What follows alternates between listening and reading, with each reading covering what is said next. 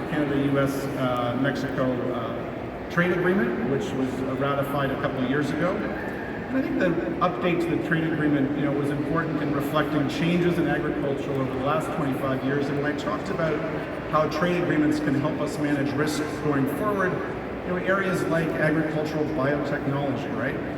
We needed to recognize changes to allow us to take advantage of biotechnology and to changes in sanitary and phytosanitary measures to ensure that they are science-based and not applied in a manner that creates unnecessary barriers to trade.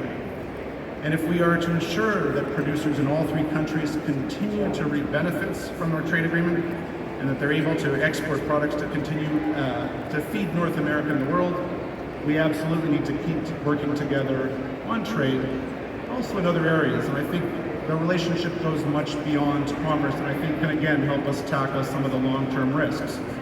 We are a partner on initiatives under the Inter-American Institute for Cooperation in Agriculture. Through Prosi Norte, Canada, Mexico, and the U.S. have a strong connection and history of collaboration on agricultural research. And this, I think, will be particular and forward as we go forward. Prosi Norte currently has task forces in 4 areas: plant health, animal health, soil, water, and climate change, and genetic resources. I think our country, and I would hope Mexico as well, has benefited from participating in this work, which are very much in line with our own research priorities. The final point I would like to make on this slide is the collaboration is the contribution of Mexican seasonal workers to Canadian agriculture. Every year, tens of thousands of temporary foreign workers travel to Canada. They are of vital importance to the Canadian economy and are critical to ensuring food security for Canadians and the success of Canadian producers.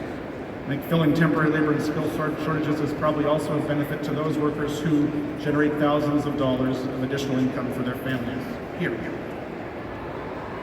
So I'll touch quickly on the global market disruptions, though again, as mentioned, I think this has been discussed fairly thoroughly by my previous panelists, but there have been unprecedented challenges over the last 3 years. I think one of the lasting effects of the COVID appears to have been its effect on supply chains.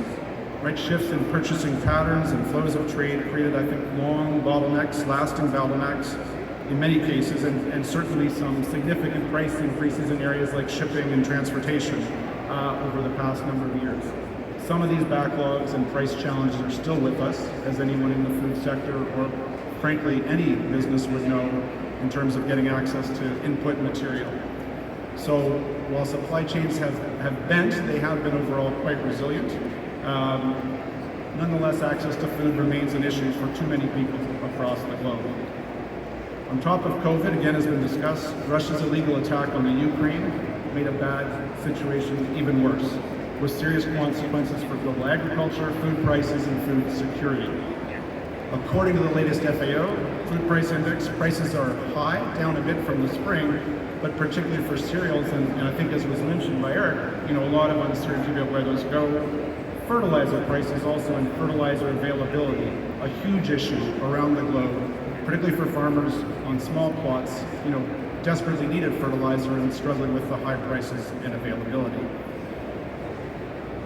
So turning from those two short-term, I want to just layer over extreme weather and kind of the effects of climate change. Because we certainly see in Canada, and I would think from my reading around the world, see the greater toll that extreme weather events are taking on farmers. Production failures, infrastructure damage has disrupted supply chains and access to basic goods for remote or vulnerable communities. Coastal erosion is a big issue for agricultural land base, and of course warmer temperatures affect livestock health and the susceptibility of crops to plants, to animal and pest challenges. So how are these challenges shaping the future of our agri-food markets? In recent months, in fact over the past couple of years, several drivers of supply and demand have combined to send global agricultural commodity prices to high levels, record high levels. These are things like global demand from China, as was mentioned, lower crop stocks in major exporting countries due to droughts in the Northern Hemisphere, and lower supplies from Ukraine and Russia into global markets. We think global demand is going to remain strong for food, feed, and biofuels. So, high prices, and as we mentioned earlier, a fair bit of uncertainty. So, I'm going too fast, I'll go back. The impacts in Canada, I would say, may be divided into a couple of points. I mean, first is for farmers, in fact, the net result has been a lot of uncertainty, but solid incomes over the past 3 years. High crop prices, high livestock prices, certainly some challenges, and I don't want to understate the challenges around access to inputs and the cost of inputs and uncertainty around prices.